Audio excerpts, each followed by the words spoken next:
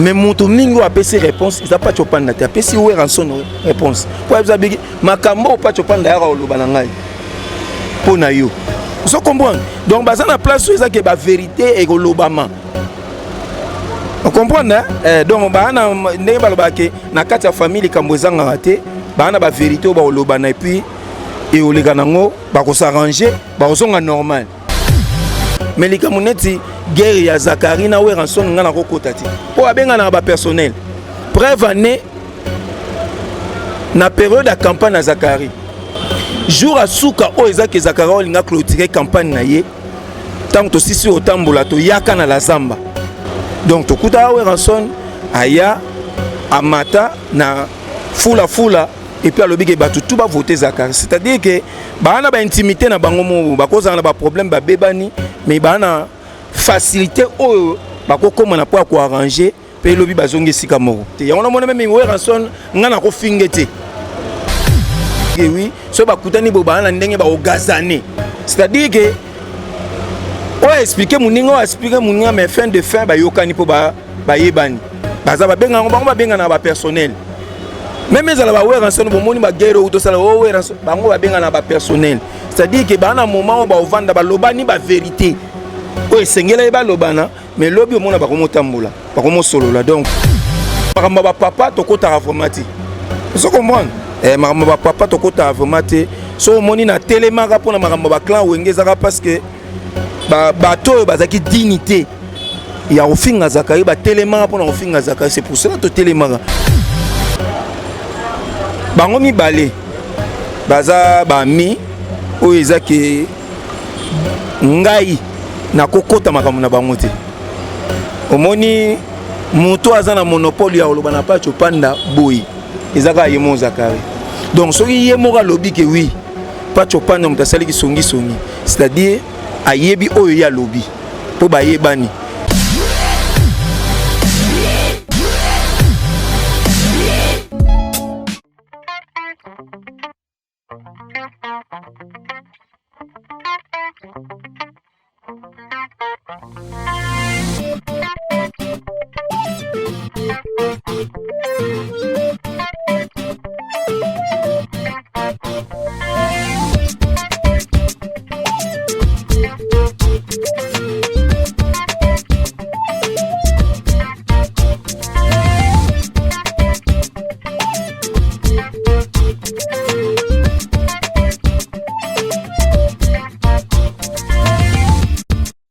Oui, mesdames et messieurs, bonjour et bienvenue dans cette émission qui est présentée par votre humble journaliste Cheikh Kilo, la suprême, le mannequin de la presse congolaise. Merci pour votre confiance et fidélité renouvelée sur Remontada Télévision, la chaîne de l'excellence. Nous sommes là toujours pour vous donner le boulot de qualité. Continuez à vous abonner, continuez à commenter et à partager aussi nos vidéos. Ça sera vraiment très bénéfique. Nous sommes là toujours pour vous divertir aussi, vous informer en temps réel comme d'habitude. Dans ce cas, sur mon plateau aujourd'hui, je ne suis pas seul, je suis avec BG Manda, un grand confrère de la presse, avec lui d'être un peu pour analyser le sujet où ils appellent circuler sur la toile. Avant de continuer le déroulement de l'émission, on peut Sabambote. Mes salutations à Madame Jolicia Sampi Mavungu, la très chère épouse de Monsieur Fiston Mavungu, qui est le sponsor officiel des Remontada Télévision. Je vois aussi notre cordon. Le cordon Herman Ampoyo, garçon Slim, je vous salue là où vous êtes. Donc, quand on a déjà la plateau pour que sur la Rana, je manda pour la Makambo Sabongo, faut pas qu'on circule. J'espère que vous allez vraiment très importante. Je manda. Bonjour.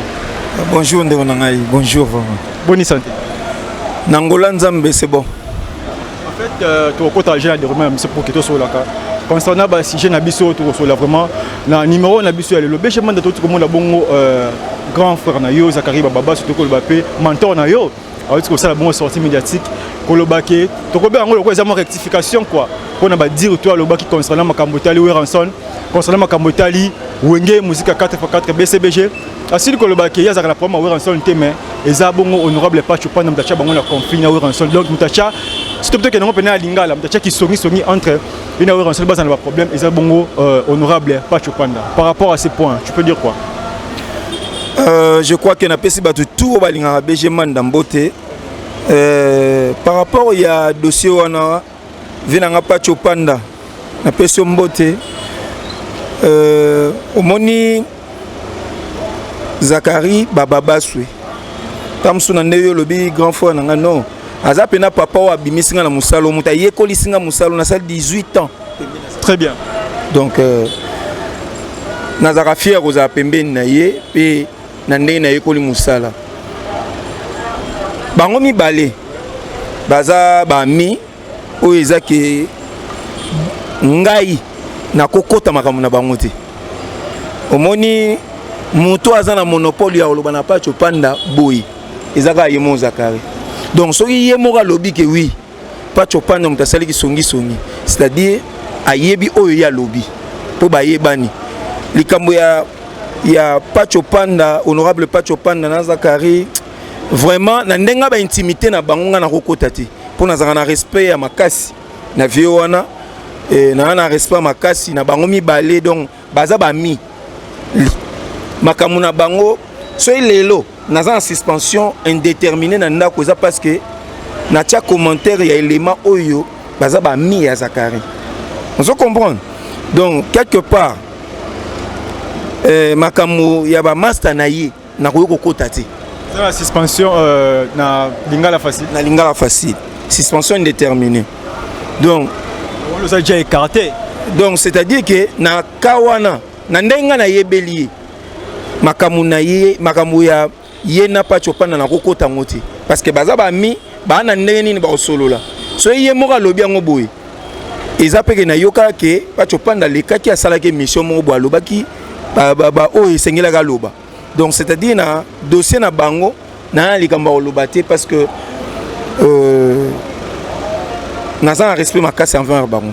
Par rapport à sujet wana comment on est propos monsieur honorable Zakari Baba Satenaki na sortie médiatique na ye ezali ngoloba ki peut-être azalaki vraiment très choqué na ba makamuto les cas ki wana yo bozali ndingo tu bozali mwana ye oza muto bozalaki mieux placé peut-être ya ko comprendre makamuto su o ya bande ko sentir ko pressentir selon makamwana tu de bande ko leka et pour ça qui honorable Zakari Baba soutient na niveau ya koloba ki Pacho Panda abima na baleki ya basi na nyonso na quand on traite on dit ça méchanceté ou soit cause à la perfection ya solo quand ndé na utoloba na bi makamusu na koloba te vous comprenez donc wane du moins le quoi yemoko honorable Zak le muda lobiango je préfère tirer la entre bango balé pour ba na ndenge ni bako sola pour na la même vidéo na lobi que oui so ba kutani bo ba na ndenge ba ogazane c'est-à-dire que ouais expliquer muninga expliquer muninga mais fin de fin ba yokani po ba yebani baza ba benga bango ba benga na ba personnel même ezala ba wera nsano bomoni ba guerre ou to sala o wera bango ba benga na ba personnel c'est-à-dire que ba na moment o ba ovanda ba lobani ba vérité o esengela ba lobana mais lobi omona ba komo tambola ba komo solola donc pona likamu na bango na apena na yebi par yango le mona uto lobana bi par rapport à o na yebi ngana ko lobangoti. Hein? Ils ont le roi neti papa Kouloutou na papa Leki décision maramba papa tokota avomati. Vous comprenez? Maramba papa tokota avomati. So moni na télémara pour na maramba clan wengezaka parce que bato bazaki dignité. Il y a ofinga Zakari ba télémara pour na ofinga Zakari c'est pour cela to télémara. Mais les kamuneti guerre ya Zakari na weranson ngana kokota ti. Po abenga na ba personnel. Preuve année na période de campagne à Zakari nga natambola na fula wana donc nazala le roi chef équipe nga natambola na fula na 13-27 to tambola nango lukunga mobimba jour à suka o ezaki Zakari olinga clôturer campagne na ye tant to sisi o tambola to yaka na la zamba et puis ezaka jour à répétition entre mardi bien jeudi et mercredi. Donc tokuta weranson aya amata na fula et puis alobi ke batu tout ba voter Zakari c'est-à-dire que bana ba intimité na bango mo ba koza na ba problème ba bebani mais bana facilité o ba ko koma na po ko arranger pe lobi bazongi sika moko donc makamu na bango na zala vraiment na linga vraiment au côté ya on a mona même weranson ngana ko fingete on se comprend. Quoi qu'on finit à toi, qu'on peut analyser en un sens normal. Té, au moins analyse nanga, na obimisa ba vérité. Pour na, y a on a route le ban na bina yebi. Donc na koyoko kota té na koyoko lobate pour ça maramba papa. na tiki yango bongo bango ba yebi ndeni boko arranger. BG Manda, tout le temps aussi c'est un sujet mais par rapport à makambo wana tout ndenge lekaki comment on appelle papa na Zakari Baba su ya la maman makila moto mingi une fois à la kaka soki likambo bimaya kamba moko vite na média oui quoi apporter nini comme conseil malgré papa appelle ça moi on appelle ça papa conseil était mais surtout que moi temps on me camper qu'on peut c'est un message que ça la peut caser un peu na retenir des fois la makambo ya bongo parce que likambo ko salama balubi mabe pona ye mais tango ya bimaka o ya lobaka izalaka mabe plus que o balubaki pona ye ko pesa ye makanisi nini te omoni le programme ezani eza programme te na zo côté là nga na yebi ndeni ni visa clinique fonctionnera c'est-à-dire so omoni likambo a répliquer mbalamo aza mutu so ayoki apeza reloko so atali habité oyo botika ndenge eza bon mususu eza pina ke ayoki atalele ndenge ezaleli pona yoka meme ezalaka ye moko expliquer tabi ke oui pas chopanda yebi ke ya pas chopanda ezaki batindaki kotinda ya koloba bona bona nga nalandaki vidéo wana mais dossier wana tant na solo bakina olinga vraiment okota te po aza vena nga pas chopanda to avio to sola ne bien ana ba conseil o apesanga na garda moi ba souvenir ni ya bien na kolinga te ke na kota ba guerre na bango o ezaki lobby ngande na okoma tamsu na problème place wana c'est pour ça mon na olinga vraiment olobate mais pona Zakle oui tokoyo kozana ba conseil mais faut yeba que tempérament bato bakansa net que tempérament na eza chochoté aza muto a étudier aza muto atasali histoire de mentalité ebi ko étudier mentalité bato c'est-à-dire ana likambo yo tango bino bo lobby yé a étudier mentalité na bino abi bato ba o ba lobby boye na minute ba o raisonner boye so komoni a ko répliquer ils a par rapport ya ndenge a ko répondre pas chopanda te a kinde ko répondre oui ranson bon so landeli lisolo wana omona ke atanga vraiment komba pas chopanda te atanga vraiment komba pas chopanda te loba ke oui yo mutolo ba ke oyelanga ba marché non tu ebi que des fois on ko ça l'interview atangi komba mututé mais façon nga zo lobela likambo pour comprendre que c'est pour ça on na loba na oté na lobino ke so landi ndenge ba propos na ye mo atangi kombote c'est pour ça na lobino ke makambo na kokota ngote c'est-à-dire ba na ndenge ba osola et ayebi pourquoi lobi bongo mais mutu mingi a pesi réponse ils a pas chopanda te pesi ou ranson réponse pour ça bigi makambo pas chopanda ya loba na ngai pona yo so comprendre donc baza na place où ça que ba vérité et lobama on comprend donc ba na ndenge ba lobake na kati ya famille kambozanga raté ba na ba vérité ba lobana et puis et olega nango ba ko s'arranger ba ozonga normal donc na penza na rolinga vraiment tena chama lobana kati c'est ça. Merci beaucoup DG Manda bazana ba vérité oyo ba kolobala on est à bongo ya DG Manda to chitara to contre la deuxième partie il y a émission sur la deuxième sujet na biso ya lelo comment la bongo artiste et musicien Maestro Fabregas otoyeba ki ya utiko lekana ba peine ba souffrance belé ya ba déception ya ba musicien ba musicien ba kimake na Angola ba musicien ba kimake na France ba musicien ba kimake na États-Unis oyo za lokola ba choc ba cicatrice pour na mais après temps on a tout comme on a Maestro Fabregas ça na Paris on a Paris tout le monde bongo présence ya Kenya Nambonda tout le monde présence ya Christelle danseuse naé pe ba sili ko ça la biso confiance ko lobake bientôt la bazo ya Kim zelo ko peut-être to lobake zamba liboso de sala na musique na biso ba liboso tout le monde na ba mise ba kimaki na poto leader accueilli poto a 50 sur mission wana ba kimaki malgré makamutu ba kizaki Fabregas à sala bongo ya mabe après ko longwa na bango mais tout le monde enfin ba sili ko se réconcilier ba zongi place moko bango nyoso. Tout le monde qui va jouer moi les cas qui déjà tout le monde artiste musicien moko brassa asile ko lobake asile ko annoncer que bientôt là nous allons quitter pour que nous orchestre mais artiste ko zo ngate et ça même quand tout moni pe yango Kenya Nambonda sali annoncer biso que bientôt là le 24 ba ozana ki par rapport à makambo na tout impressionné les années bon Fabregas en tout cas coup de chapeau na nous azapena artiste moko za makasi na comprendre que mutaye bien c'est Ibrator. Comment ça? Ibrator vraiment est bien. Pour ils ont une place moto kutana pas prêtre moi bien ça sur na fleuve Congo hotel to kutana na Ibrator o ya yebisanga bike omoni force ya Fabregas ezatanga za na problème. C'est-à-dire que tant que problème ezali, ne place force neza vanda. C'est-à-dire Fabregas a l'acception que quel que soit le longa ba musicien mais azaki déçu té. A baissé qui braté a continuer tourner naie américain et puis à zongi. Je crois que na ba émission mususu na tala ke pa ba ndeko na biso na monaki Christelle wana. A kizaki ce qui maître Fabrice Moro Fabrice Boy.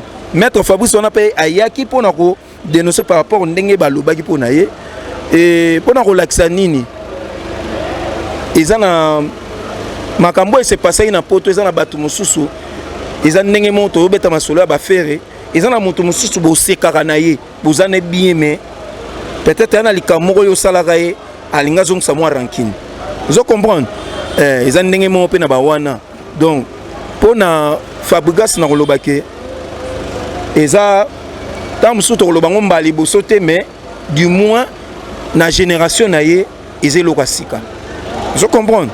Ça montre que ma bec au kozala, ma sola bien à ba misene. Ma bec au kozala pour mon tunion ça zanga ma bête. So vandi même za ngai so tuni te via salabiso ebo na bodo ma bezanga te poto za batu. Mutuna mutana ma be na ye mazana malamu na ye. Ceux qui ba musicien na ba ndimi bazonga. Faut tala peta musu vie sociale na bango. Et kozala kene. Ceux kenye na mbunda azuita musu mukanda ou bien azana ba assurance moko ya que le lolobi na ndenge na yemo pa koya il suffit de na billet si toi le bien que akofuta billet moko et yango na lobi te ezala ba biloko mususu o eza que yemoko na ndenga poto amoni que oui na o pe batutu ba ngabaza na ngona poto ngata musu na ziongo na ko zonga na zongela cop na nga vous comprenez. Donc ça vraiment ma bête ngana on vraiment ma bête mais pour la génération il y a génération oignon so ezali kambo sika pour na bande on a biso ba mise ba zonga ndengwana par rapport il y a vibration pene ya apparition ya orchestre ya Fabregas parce que dans le la vibration apparition na mona ke ndenge orchestre la mouvementé hein on a blague orchestre dans Saturne peut-être il y a plus de 10 musiciens bayebani bakendaka ba voyager ba zongaka mais ça le même catena orchestre Fabregas depuis ba mise bakima est-ce que manque yelo ko on est ko ça la pe que et déformer moi à venir y orchestre non à venir il y a orchestre dépendant na l'idée orchestre nyon se dépendant na l'idée le loso total net vive la musique à venir na ngwe mona na te po leader azati papa we mbaza souti vous comprenez et ya rapena difficile pour mon avenir à orchestre so leader na ngwa azati. Mais tant que yemo Fabregas azali, c'est-à-dire que avenir ezali, yenda yebinde ni na sinyaka makambo na ye, yenda yebinde ni na kosala pour que azongisa ba moto o apesa biso na ba yamado. Donc c'est ça. Avenir ezaka par rapport à ba musicien tepo, ezana ba artiste mususu papa wembe ezaka que ba musicien ba vivre la musique moya ba kende poto ezaka te mais papa wemba yemo na poto ando beta ba concert, a beti ba acoustique yemoko. Pona on la que même ezala o Fabregas à l'exhibition ba musicien presque nyon so tikala ka so na 3 penate donc 2 drummer na shomi makena akekuna recruter azui batu mususu o ba accompagner qui est a beti ba concert donc pour on ça que le plus important c'est yemo leader à venir à mouvement et ça par rapport à leader yemo tant que leader azali yenda yebeta d'esprit loko pour au moment où tu ça la même répétition, même concert, tant que tu il y a une morale par rapport à l'évolution du mouvement. Pourquoi tu as discipliné pour la conduite pour les lorsque voyager par rapport à conseil. Pourquoi tu as la bonne nani faut la discipliner à venir par rapport à mon leader. C'est ça. Net il est là, tu as BCBG, ça 12 ans. Bazan album mais du fait que JB Moraza nous a calme. Donc il y a des moutons qui conduisent bino, à venir il y a mouvement. C'est ça. Merci beaucoup Béchemanda. Tous tellement wana makamutali bongo maestro Fabregas. Comment on a la même sortie médiatique au ça les souka. Au collègue pas collègue na biso mi gagné ma.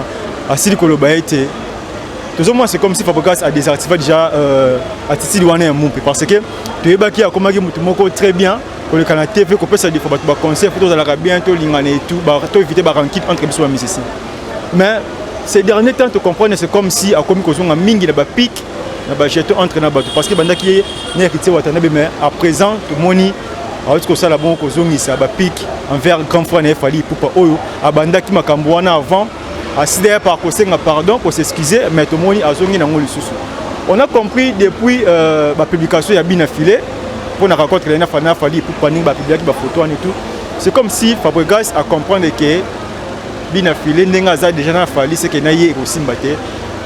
Depuis cela, a commis que c'est moi, pique entre Fali et Poupa. Ainsi que le bag Fali Poupa parmi les des fois, à cause de 4 dates de tournée à chef 5 dates. Et surtout Fali et Poupa, Azamuto, Azali Kosa la belle forme, peut-être pour avoir disque d'or, mais c'est comme il a passé. Au gros, ça a un grand exemple à Maître Gims. Au gros, ça a un grand exemple à Maître Gims. Mais surtout, comme on a un niveau qu'on dit que d'or, c'est que ça grand Scott n'a pas le analyser comment. Pour moi, peut-être que Moutouma a joué qui bon sens, la compréhension, il y a comportement, il y a caractère que ça n'a pas. Mais pour le moment là, à Zomi sur la carte, il y a Makambouana. Pour analyser, comment. Non, en réalité, ce total est bien. Ils ont vraiment appliqué Bangoteto. Ils ont droit de réponse. Comment ça? On n'a pas droit de réponse. Par rapport à Nyon sur l'Obama qui peut na combo naï. Parce que ils ont des propos, ils ont l'Obama n'a cessé. Sur Fabregas, tam sous azolo babopo na héritier, azolo babopo na nini. Bon, héritier ba ozo tam sous temps ya koleka na ba émission. O ils a ke biso to Hollanda aw. Na ba émission na ils ont ba question o ba noko poser ba artiste bango pe héritier tam sous na place né aza ko se défendre. Maloba o alobaki et les états mususu Fabregas pas en a droit à répondre par rapport au langage au tam sous héritier alobaki. Tout le bien nous concernant le mamotel bongo fali poupa. Eh yango na okende par rapport au artiste parce que touché qui presque ba artiste nyos. On se comprendre.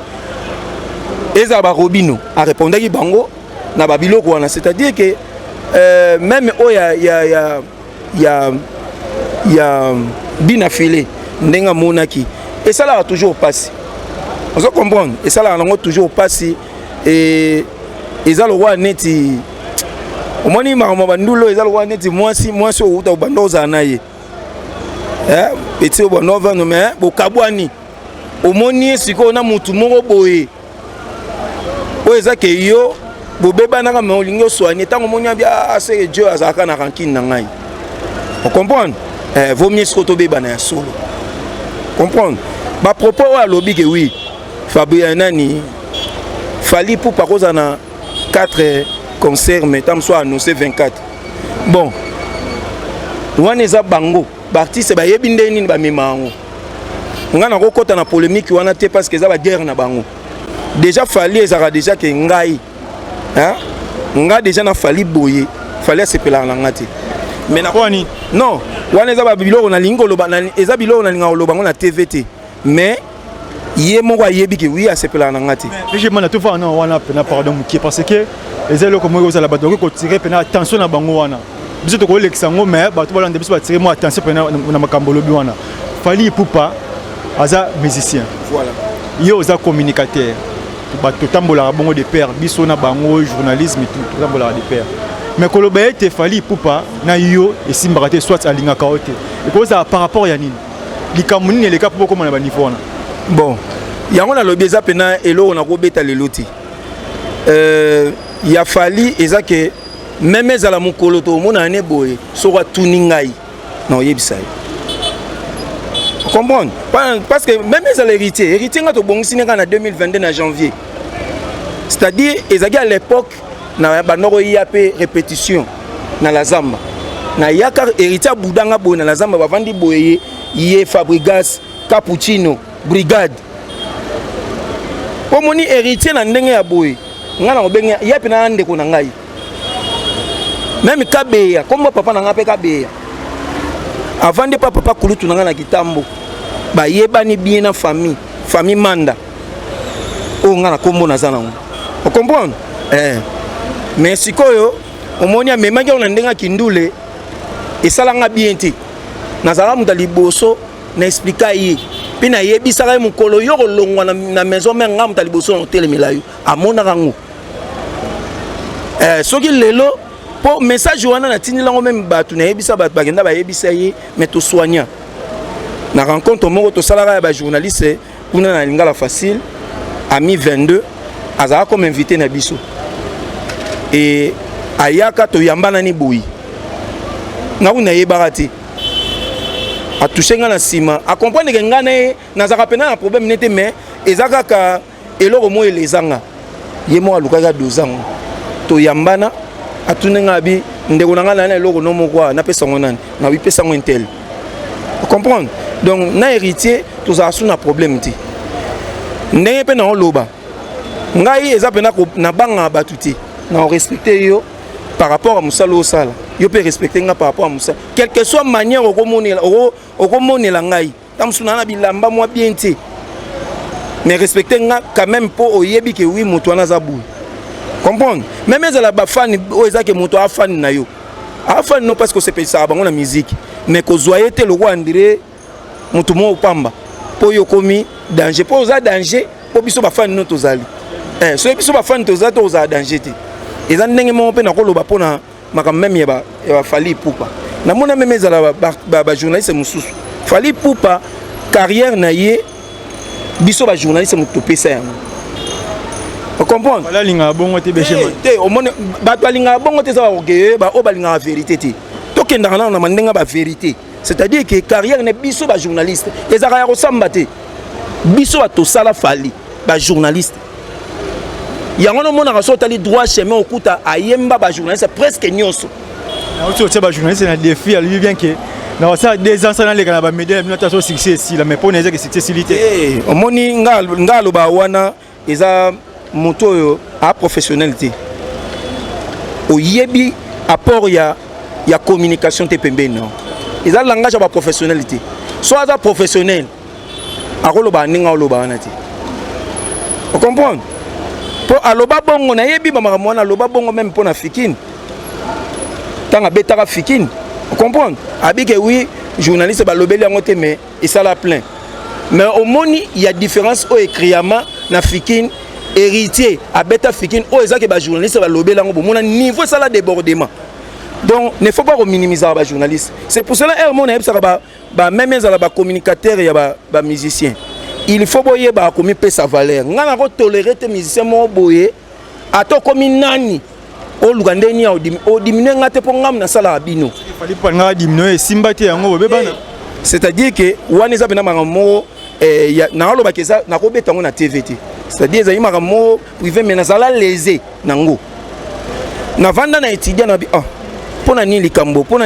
na yo comprendre c'est que Fally asepela na ngate po ezana batu mususu ezake to banda coopérer mais to coopération te parce que ya za muta Fally on comprend le siko donc na ezana ngoma kama obeta na TVT yango moni na tia yango penda na se même les solo na beta yango en tant que professionnel na lo ba ke Fally net concerné le 29 bato fo ba ya na stade po ngamo na ozala il faut na vivre événement Fally pour exemple liboso na moni na stade de Martyrs non c'est-à-dire que on en tant que professionnel les événements liboso il y a Fally les événements il y a liboso ndenge mo pe ko za la pe ke faire il y a jibena wera na ya ngote pour za événement te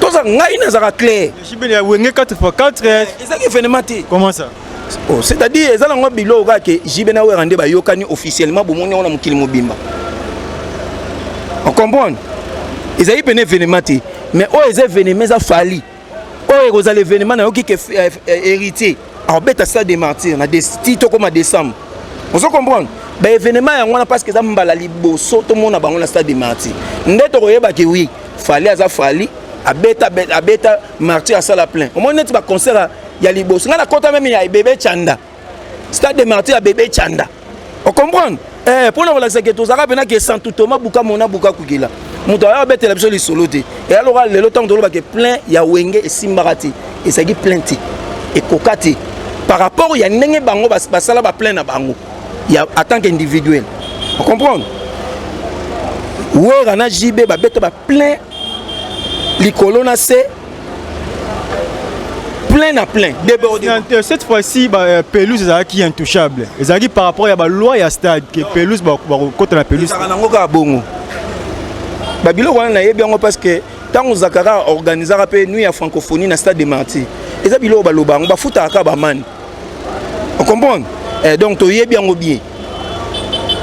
To yebi yango bien ndeni nezalaka. Bongo okolo bananga stade de Martyrs, stade Parc des Princes. Oyo Dadjo betaki ba to azali na CT. On a un système tapis mort gomme voilà. Ndé batia ba tapis c'est-à-dire que ba yeba que oui débordement ezala. Pas prévoir ngo. On comprend? Donc to beta masolo o ezake masolo ya fali ngana ko kota na ba polémique. Wana la polémique na bango tant que artiste ya ba date na bango. So ezake fali akosaka s'engage que lui. Ngana ko lo bango te. Ça tire à barre réel entre Héritier Watanabe et Maestro Fabregas. Jusqu'à présent, Moto et Zopoufa Karaté. Fabregas, il s'est dit que Héritier Watanabe Azamutu Oyo, peut-être qu'il y a un succès auprès de Bavé à Wenge, mais il y a un peu succès, il y a Moko et Fopexo. Par rapport à dire Wanokolo, comment? Bon, on est dans le langage, on est dans la guerre. Mais Fabregas, ils ont même chemin au Fabregas, c'est pas ça là. Donc, malgré tout ça, le succès, tant que Zoya peut mener à Wera. C'est que pendant que Lucas c'est pas ouais pour pousser même pembe na JB donc ils ont vraiment ngana ngolo bake wana za ba guerre na bango na ndenge ya ndule ils ont normal ba beta na ba flèche bongo mais ya ngolo bake héritier pembe na ils a problème té pour héritier ou sala ba guerre ya makasi na we ranson ngaku tu mutali na tant na lo bango na telemela donc ngai naza parmi ba na telemela héritier makasi. On a zo kebeta bangola ba sala ba plein wana menga na telemela ina expliquer mais le loso héritier a négocier a sur la bien na ba vie na ye nga na opesa ngo fotité en tout cas surtout neti na stade de Martyrs on a CP là ndenge ba fula héritier malgré tout ba lobby ndenge ba lobby que oui héritier dernier fils mais ba tebele bazo ezo choqué to le ba ko ezo choqué bango ba tu mususu to le ba pena bongo c'est comme si ezo choqué bango surtout point wana parce que eza polémique moi vous avez suscité mingi sur point mais bon dernier fils ya Wenge pour d'autres ex-musiciens ya Wenge ce dernier fils ya Wenge c'est Ferrego là pour la batu musu souvenir bazo le héritier Watanabe et puis et là que choqué bango c'est comme si de déranger bango ça parce que héritier Watanabe dernier fils ya Wenge alors c'est notre BG Manda surtout que entamer notre terrain il y a ma communauté opposée c'est notre BG Manda qui est le vrai dernier fils de Wenge non Koloba qui est le vrai té il y a Ferré mokili mobembeye et puis histoire to changer ngote faire ndaza dernier fils ya Wenge o ezake Wenge tant bazali ensemble makanisi ko to kabwaneza gite ba bi que oui to recruter musicien moko boy a beti pe ba conseil on se comprendre donc wana ko tezana ngo ya ko samba ko te même za la Marie Paul malgré tout à l'époque to bi que Wenge zaki mi balé elle parina elle nana Wenge 4x4. On comprend. Marie-Paul a confirmé que tu fait un démon tsuka. Oh, biso to yebi na Wenge. Mais il y a héritier. So ba lobby que oui, à sa dernière fils et puis jiba lobby yango. Ngai selon nga point de vue nanga eza a lobby na sens nini. Héritier aza artiste liboso, aza artiste oyo. Ba rekitaka ina liboso na BCBG. Azaka musicien ya BCBG. Concert ya Palais du Peuple. Il y a BCBG. On a baouto bimsa Titanic Sika. Concert à Palais du Peuple. Ba présenter héritier boy, héritier Mwana Tsuka. Ba présenter na concert wana. Et héritier ndenge que Jiba lobi que oui, le roi a na 5e des humanités, faut avoir diplôme bonaboy. Et ça là que ba to mususu ba zoye ba bia le roi Jiba ba ocha mo mupanzi toke na et pas wera. Bata wera basu ba memi ba kene ba wera pas fouli donc ngai pa nanga na ndenga idéologie donc héritier aza dernier fils na ya Wenge na ndenga ya idéologie je mandanga tu dis que dernier fils aza le roi aîné c'est synonyme ya aîné dernier fils et ya pardon ya cadet dernier fils c'est synonyme ya cadet aza mutu fa suki sa bana nyoso siko ya ngona lobité na ndenge tant na lobi idéologie c'est-à-dire azu idéologie ya wera ana idéologie ya wera na JB mais faire azana idéologie ya Wenge 4x4 tout terrain c'est-à-dire dans l'ensemble asangi sino ba masela asangi sino donc il y a tout Maman on ça ngamu tout passer eza nango ka likambo ya comprendre idéologie eza ndeti balobaka fils biologique na fils adoptif frère eza lokwa neti ba adopter na ndenga idéologie te yende dernier fils na ndenga idéologie on a ba adopter frère et tout héritier te héritier ça na ndenga idéologie donc ba adopter na wenge 4x4 na ndenga idéologie abité petit yo esprit na biso pena eza pa na ye mais affaire eza te que to forcer ngo po eza na kata makila ya ressemble eza donc histoire na ndenge normal to yebi que eza bongo mais na ndenga idéologie héritier ça normal po héritier azala na BCBG pembe na JB azala na Weranson donc eza normal wenge tant balo wenge 4 lelo to yebi que martyr sangana tant na uta lo bana batu yabi JB na Werande ba sangana because c'est-à-dire que tant ngolo baba wenge JB na Werande ba sangana ki ba betelo ko wana. C'est ça. Merci beaucoup, Benjamin. J'espère que tu as commis vraiment Diana Souka. Mais avant tout, quand tu as bon opposé question de Souka par rapport à la sortie médiatique et l'artiste Batou ça la semaine au Mobimba. Donc, comme on a Robin Mundibu, Kolobake, na Wenge Neng Bazabongo, Bazaka des artistes ne bazo ça la succès. Bon, on est bazar en mouvement jusqu'à présent. C'est lui héritier Watanabe. Par rapport à ses propos, tu peux dire quoi? Ah. Bon. Robino aza master oyo na sepela ane mingi aza courageux na ninga bandi musique na mais il faut éviter ba polémique wana a éviter donc omoni na ndenga so kendeli eza mabe a créer ba rankine belé o eza inutile makamuna ezo ke nango bien ezo simba nango mais aluka kokota pena trop te za ndenge mo pe fona pesa conseil pas bina filé baluka bazala hein baza pepele donc bazala moto ezake ana facilité okota na porte boya okota na porte boké o créer ba rankine moko boye o ezanga mutuna makolo e ko apporter le loté net so lobi ke oui na wenge bango to osala yene héritier o monte ko mi créer yo mo ba problème o ezanga mutuna makolo.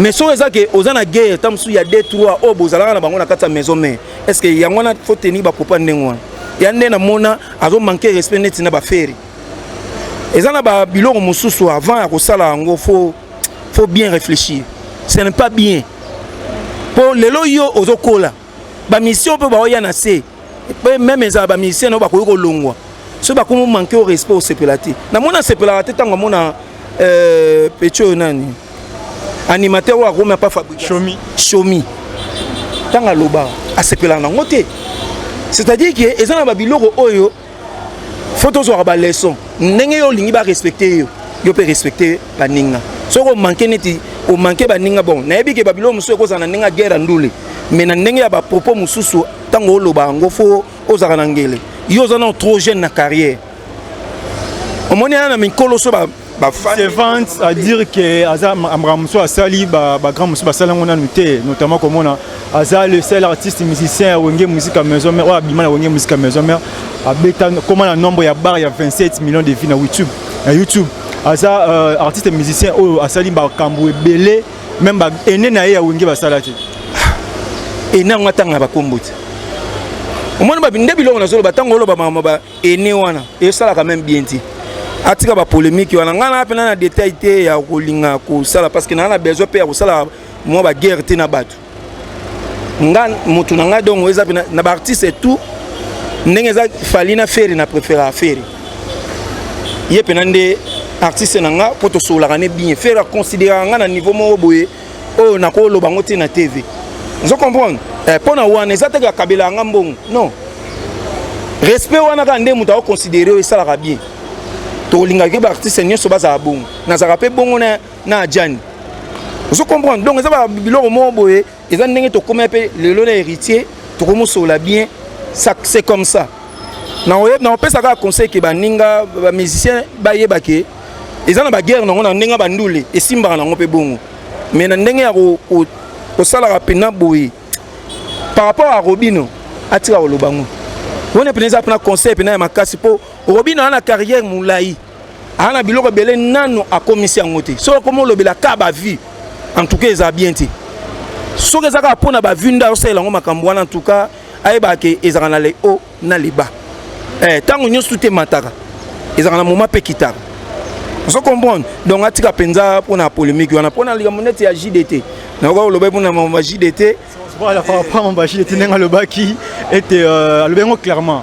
Va poser question par rapport à numéro 1 musique congolaise. Alors c'est simple que c'est fallu pour pas qu'il est le numéro 1. Bah le qui va dans la deuxième position a hésité qui un peu mais fait des comptes avec autant héritier Watanabe. Par rapport à cela, Tokolo Bakazan a raison ou pas parce que si tu as la paix actuellement l'espèce qui n'est pas bon qu'il fallait pour pas héritier Watanabe mais tout ça bon c'est qui fait goal la dynastie dans le terrain. Te omoni eza wingi. Ngombo nga pena ya koloba ke fallait numéro 1 na comment na point là en tant que professionnel à média nga selon nga po ezana ba omoni koloba numéro 1 omoni net ba games ba na ba place mo bodon okoboyete lelo ye wana ye mdo be ye mdo ozana imia ya coupe du monde c'est-à-dire que atika lolo belangoti mais azaye mon net papa Wemba zara numéro 1 abanda olobati poso ya lobi que oui ya za numéro 1 c'est-à-dire to bomi même baloko kanza vous comprenez donc musique yango mon nabi na nikamba numéro 1 ne faut pas ya games muta osamba na ngwazati par rapport le barbon en termes de succès parce que baloko kanza ba yebi makambo mais ndé succès pena papa succès ngo biso lobaka na kisasa baloko kanza na ko sala ba jeter baza ba prêtre oyo lobake oui au bengue numéro 1 bon suko so lobi a oui lolongomba o ezake même ba pit ba pit square ba respecta ka makasi ba bike Joe aza grand donc biso za ba tout mususu succès de mona na kisasa to kansa net ki yango ndezaka partout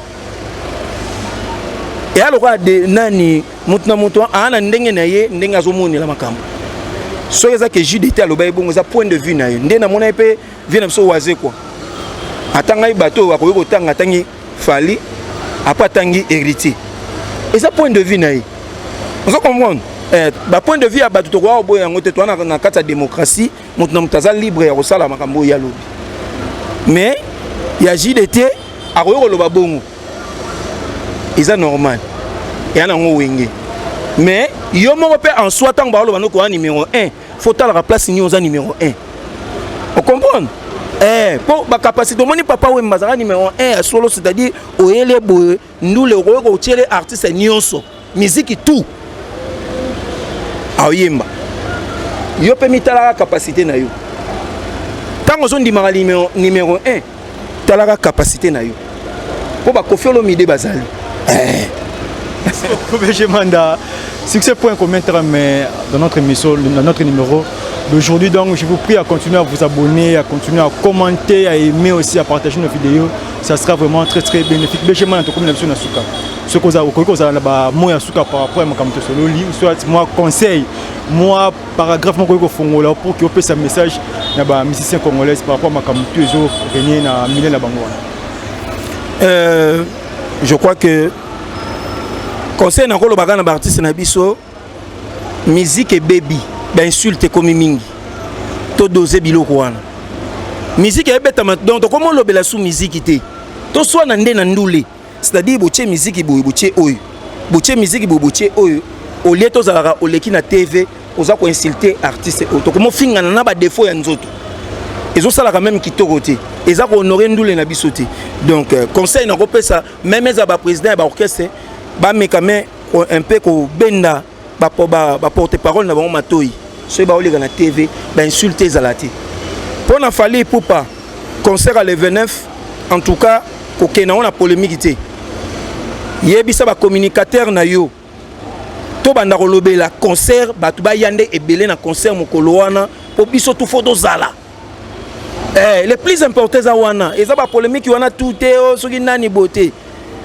to sala nini marketing orchestre na biso ya leader na biso ya musique na biso surtout pour na concert il y a le 29 octobre bo sala promotion ngo makasi to koya na biloko to koya na ba wengete et distraire bango ba polémique et comme que pour pas présenter biso spectacle na stade kuna et la fois donc bo aider biso na eloko wana mbote na kopesa epa ya vient nga honorable Zakari Basoué na pesi mbote na taï sentima le grand mon père ouais vient nga taï sentima avec depuis Mikila poto na pesi mbote fondation joli kitoko héritier vous qui na la crèche balobio central match ya kitoko big manager na fandi so babi escalier suka na fandi sio na ndenga mukiete docteur Rick Masena Moussaï la fierté de Kitambo musisa bana lukunga moto moko bien na fandi sio na ndenga anelana belengo mwasa mwinda ngolo mwasa nzela minu na fandi sio mama pasa depuis Mikila poto Kams Kamena yo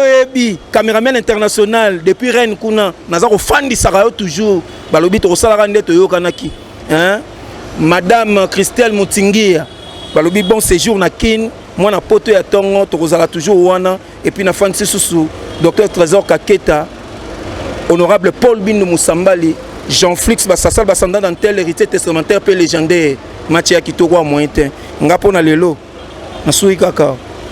Merci beaucoup BG Manda, merci na batu nyonso bolandi biso de partout na monde na quatre coins du monde batu bolandi biso. Merci vraiment ya mingi bo continuer kaka ko aimer bo continuer ko commenter surtout ko partager ben mission na biso moto s'abonner na tengo tele mission be commune suka s'abonner activer cloche na notification pour que si la ko rater ata élément mon côté mais remerciement na équipe Mber remontada la télévision comme on a bongo ko bandana mutu madame Jolicia Sampi Mavungu la très chère épouse de monsieur Fiston Mavungu qui est le sponsor officiel de remontada la télévision. Je vois notre cordon le plus frais garçon Slim Herman Ampoyo plutôt na pesio ba remerciement mingi place aux années ba remerciement pe na Chris Selouda qui est derrière la caméra. J'espère que ni botali émission qui toko boy c'est grâce à lui à assurer vraiment image pe cadrage émission ningi monika qui toko boy. Quant à moi je vous laisse et on se retrouve prochainement. Bye.